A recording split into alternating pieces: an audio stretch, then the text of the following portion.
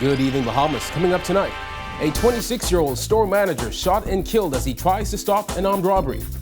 Do health officials see the state of emergency going beyond October 31st? We've got the story. Plus, a young boy needs your help getting life-saving heart surgery.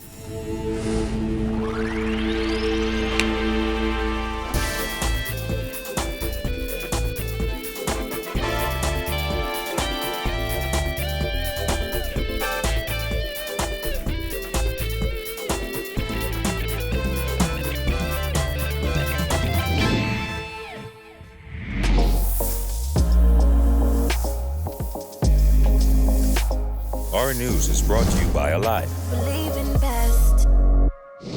Welcome to Our News and thank you for joining us. I'm Kyle Joaquin. A 26-year-old store manager shot during an armed robbery on Miami Street last night died in hospital, according to police, who say the man was shot in the head during a struggle with the gunman. The senseless killing has left family members distraught. Bethany McDermott has more. They come in the shop and they thief a pack of cigarettes and couple dollars, pocket change. They thief pocket change and they shoot him for that. They shoot him in his head for cigarette and pocket change.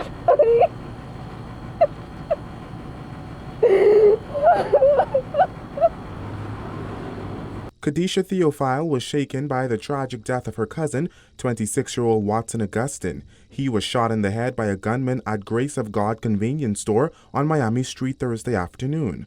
According to police, a lone gunman entered the store around 7 p.m. and demanded cash. Police say a struggle ensued between the store's manager and the gunman, resulting in the manager being shot in the head. I stopped my car on the road and I run up and they tell me someone get shot. I thought it was my husband or what Sue is referring to. And one of our friends said it was Watson. They shot him in his head. After that, I just dropped down on the floor. Theophile called the killing senseless and said Augustine was a young Christian who always stayed to himself. She revealed this isn't the first time the family store has been robbed. This is the third time we got robbed. The third time. So we started to lock the door. You know, because we don't want people into the shop without wearing their masks too.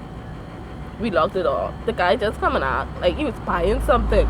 Another loss, no doubt a tough pill for the family to swallow. Khadijah says her and her cousin were close. We asked her what she will miss most about him. What will you miss most about him? Everything.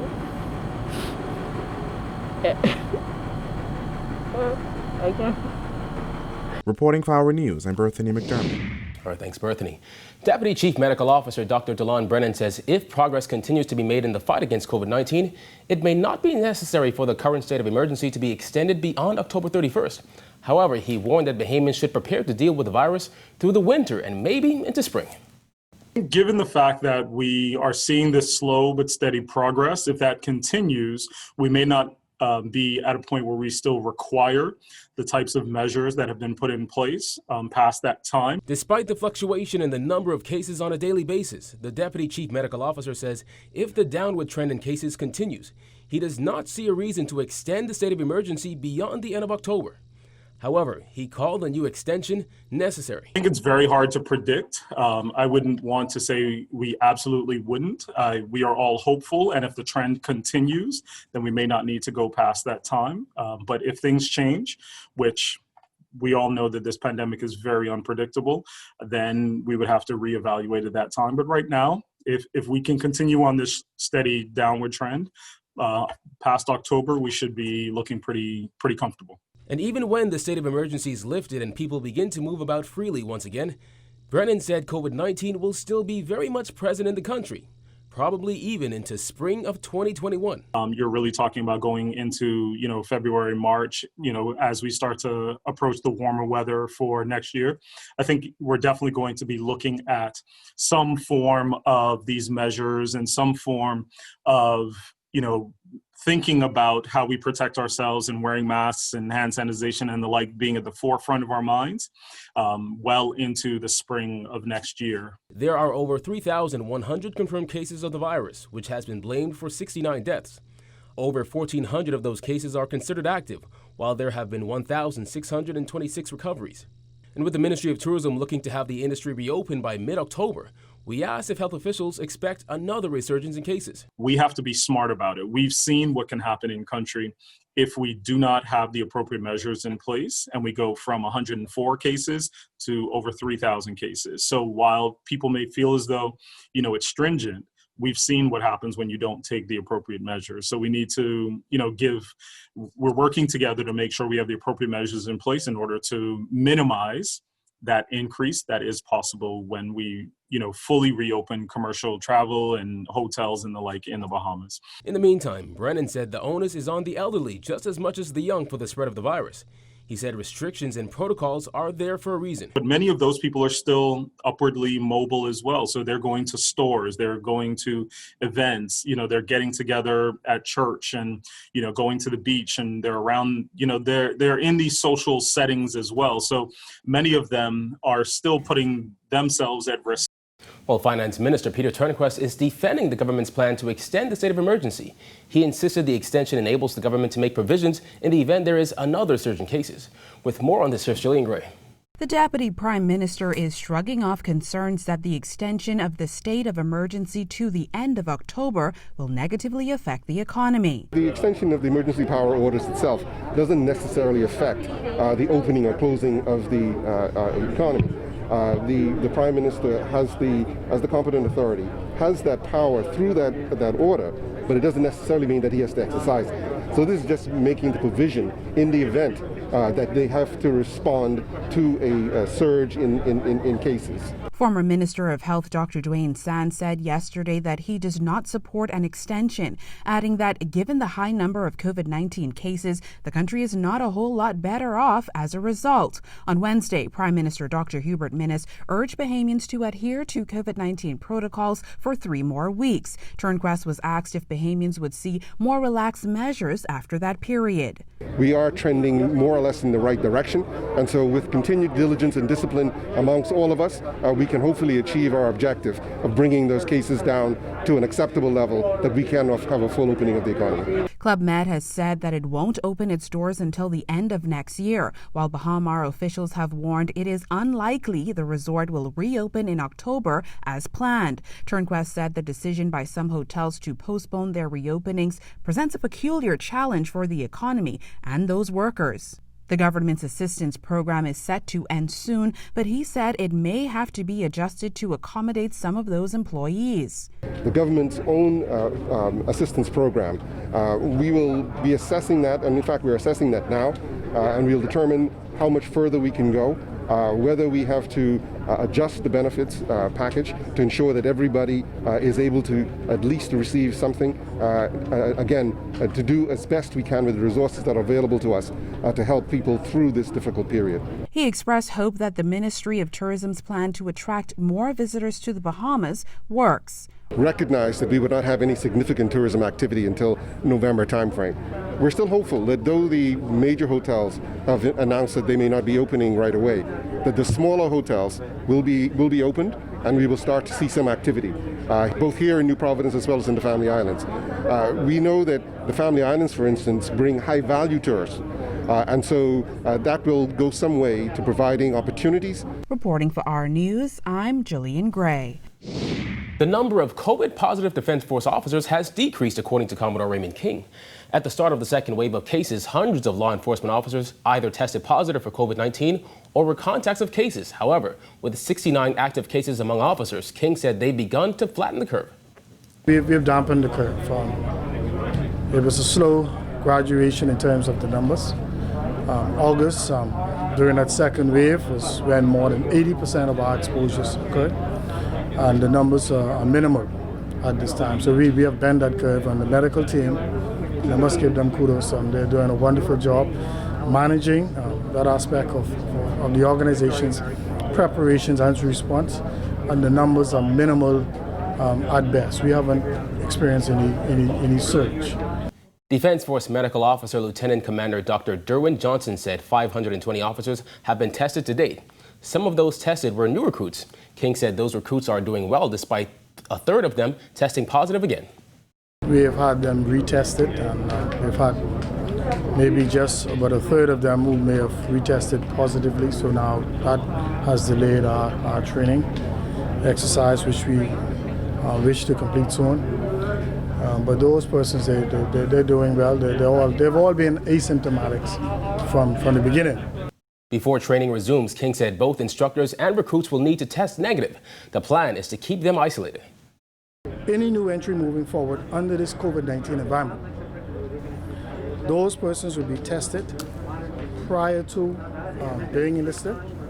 They will have to undergo a 14-day no motion phase of it. So we want to be ensured, not only the negative testing, that there are no symptoms within a 14-day period. And then we'll continue with the social distancing, the wearing of masks, even on the parade ground during their training. Well, more from former Health Minister Dr. Dwayne Sands, who is taking government to task over the decision to hold Parliament this week after a staff member tested positive for COVID-19. This as he questioned whether officials should be meeting in the lower and upper chambers or even Cabinet Office. Here's Bethany McDermott.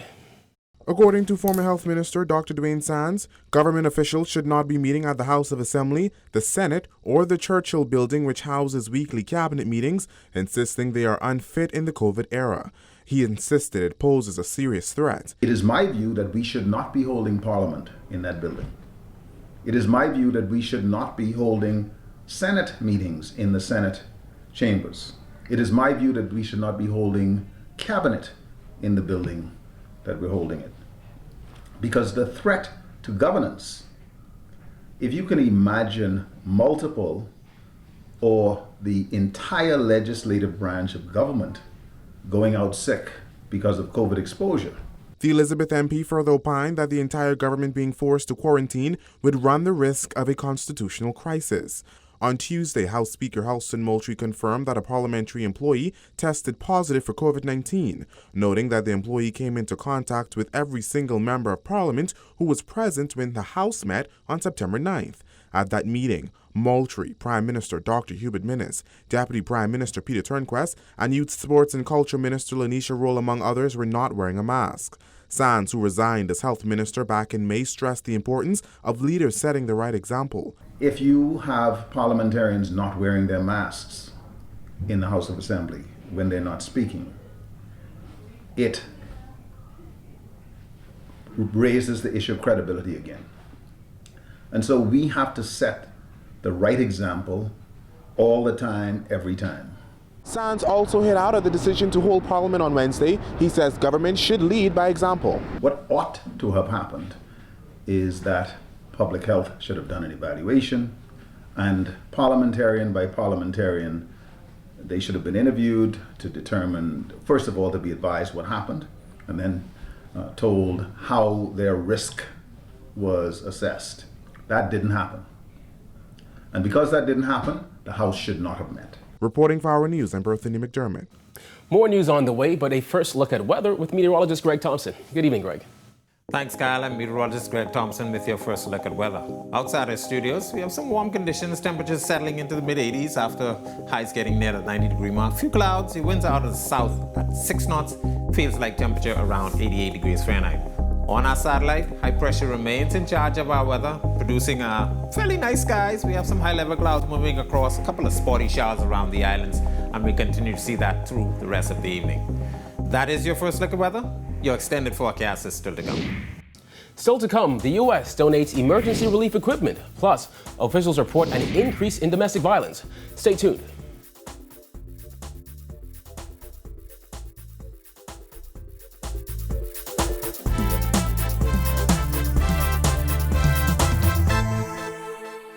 This is a huge deal. NFL Sunday Ticket is back, only with Rev Trio. All day football, all day Sunday. Enjoy all the benefits of Trio with a huge extra. Never miss a game with NFL Sunday Ticket, included in your Rev Trio bundle. All you have to do is opt in. TV, phone, and internet starting at just $99. Call 601-8992 to sign up now. Visit www.rev.bs/promotions for details.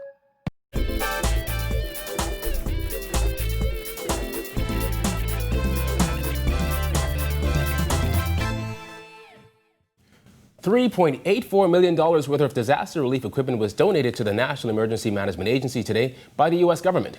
Minister of Disaster Reconstruction and Recovery Iram Lewis said since Hurricane Dorian last year, officials are ramping up storm preparation efforts. Since the passage of Hurricane Dorian, we at the Ministry of Disaster Preparedness, Management and Reconstruction, the National Emergency Management Agency and Disaster Reconstruction Authority, and I see the chairman, Mr. John Michael, in audience today, have been working seriously to address all aspects of disaster management cycle, namely preparation, mitigation, response, recovery, and yes, reconstruction. This is an ongoing work that necessitates collaboration and partnership among and between local and international entities, and we welcome all to join us in this effort. The donation includes 12 rescue boats, 12 safety stretches, 144 life vests, and personal protective equipment to guard against COVID-19, which Lewis said was brought from Bahamian businesses. 12 20-foot trailers, 40 10-man tents, 34 water carriers, mobile kitchens, generators, and mobile shower and toilet sets were also included in the donation. The U.S. assistance program has also been extended to provide assistance with repairs of some 13 shelters or churches in Grand Bahama and Abaco, which were impacted by Hurricane Dorian. Each facility once would have been assessed was eligible to receive up to $15,000 in material assistance through a minimum cost project or program offered by United States Northern Command. Domestic violence increased by 2% during the COVID pandemic, according to the Department of Social Services Director of Gender and Family Affairs, Dr. Jacinta Higgs, who said the new numbers came from an online survey. The Department of Gender and Family Affairs, in conjunction with the University of the Bahamas, conducted a survey, an online survey, with regards to increase or lack thereof violence in the home pre-COVID and post-COVID. Our initial data suggests that by 2% there was an increase in persons in the survey that reported violence. Higgs said results also show that during the pandemic, mothers contributed to the violence with beating and shouting.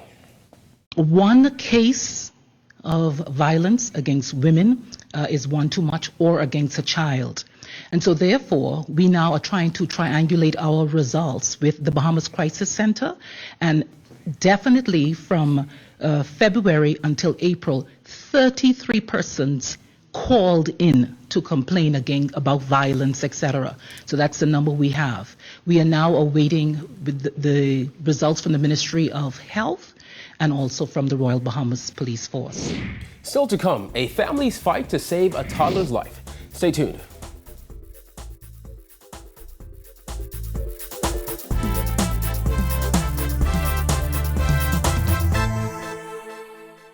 This is a huge deal. NFL Sunday Ticket is back, only with Rev Trio. All day football, all day Sunday. Enjoy all the benefits of Trio with a huge extra. Never miss a game with NFL Sunday Ticket, included in your Rev Trio bundle. All you have to do is opt in. TV, phone, and internet starting at just $99. Call 601-8992 to sign up now. Visit www.rev.bs/promotions for details.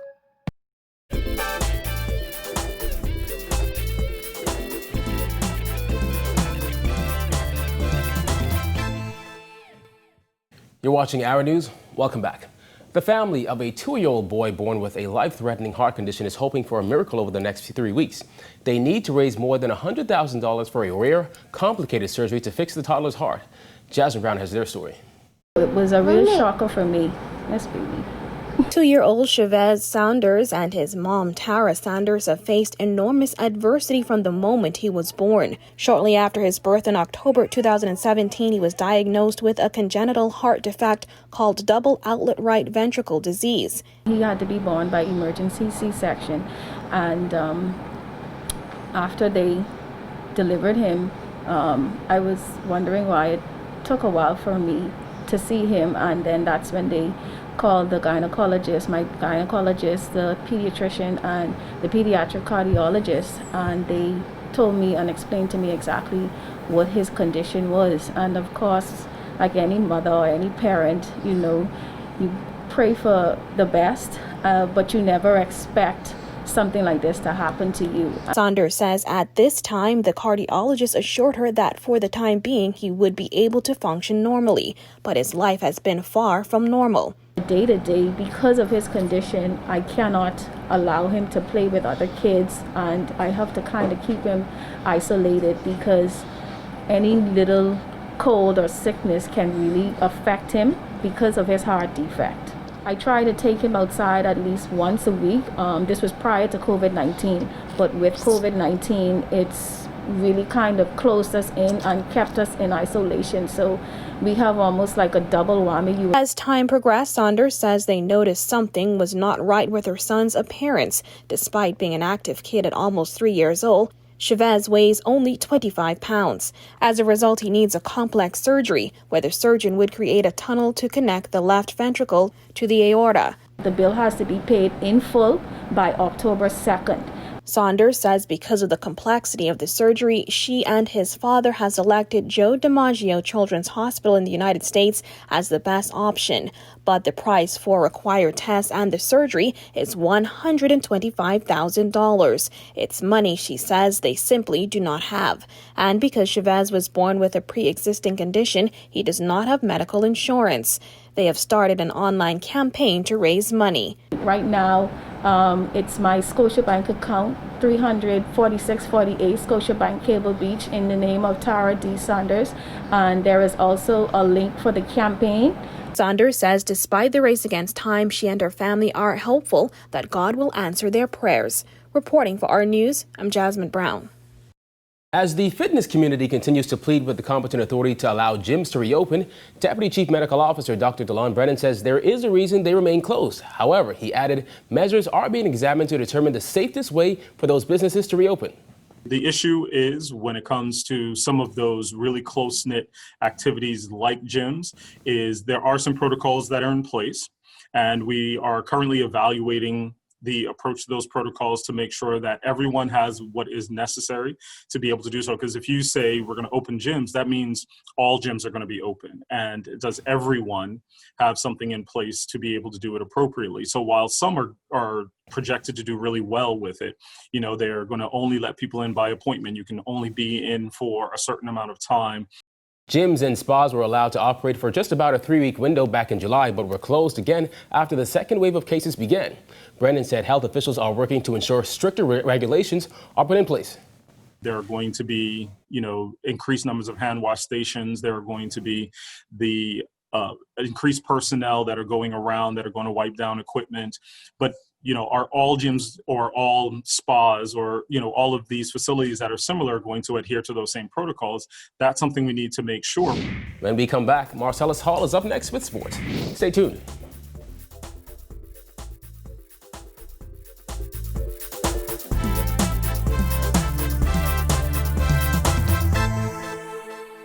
This is a huge deal. NFL Sunday Ticket is back, only with Rev Trio. All day football, all day Sunday. Enjoy all the benefits of Trio with a huge extra. Never miss a game with NFL Sunday Ticket, included in your Rev Trio bundle. All you have to do is opt in. TV, phone, and internet starting at just $99. Call 601-8992 to sign up now. Visit www.rev.bs/promotions for details.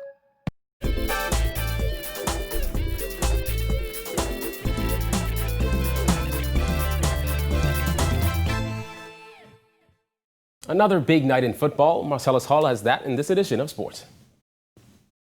So week 2 of the NFL season underway with last night's game between the Cleveland Browns and the Cincinnati Bengals. For the Browns, it was a, if you can say, critical game. Let's take a look and see how things turned out.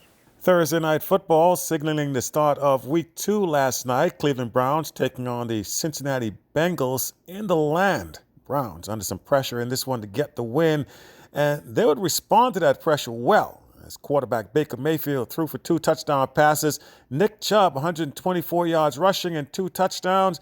Browns, they hold off the Bengals 35-30 to give head coach Devin Stefanski his first NFL win. They improved to 1-1 as the Bengals fall to 0-2. Taking a look at your weekend schedule.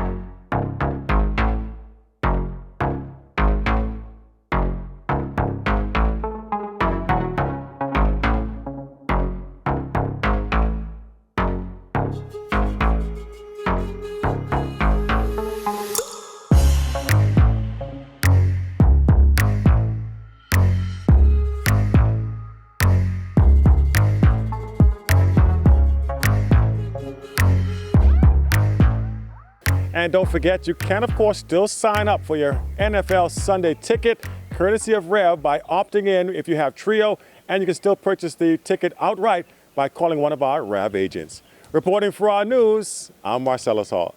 And that's a look at news. We throw it back to meteorologist Greg Thompson for the extended weather forecast. Thanks again, Kyle. I'm meteorologist Greg Thompson with your second look at weather. The tropics getting very busy out there. We have several systems on the satellite map. Wilfred, which formed earlier this afternoon. We also have Teddy, a major hurricane in the central Atlantic. Of course, we move now into the Greek alphabet with Beta and Alpha just up near the Portugal area. Beta is in the Gulf of Mexico. Teddy will produce some swells, so boating conditions will be going downhill starting tomorrow and in through the rest of the weekend and early next week.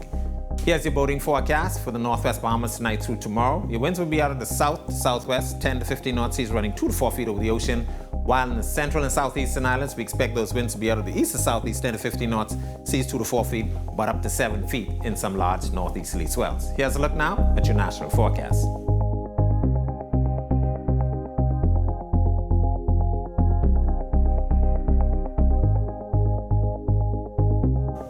And now a look at your extended forecast through Wednesday.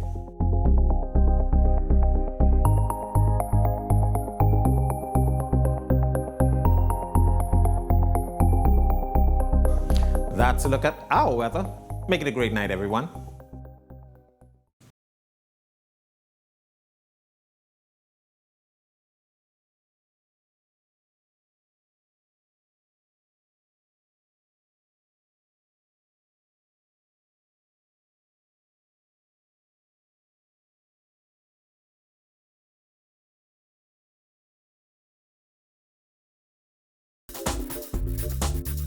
All right, thank you, Greg, and thank you for joining us for Our News tonight. On behalf of the entire team, I'm Kyle Joaquin. Remember, you can catch Our News on the Go with the Rev Go Play app. Have a good Friday evening, Bahamas.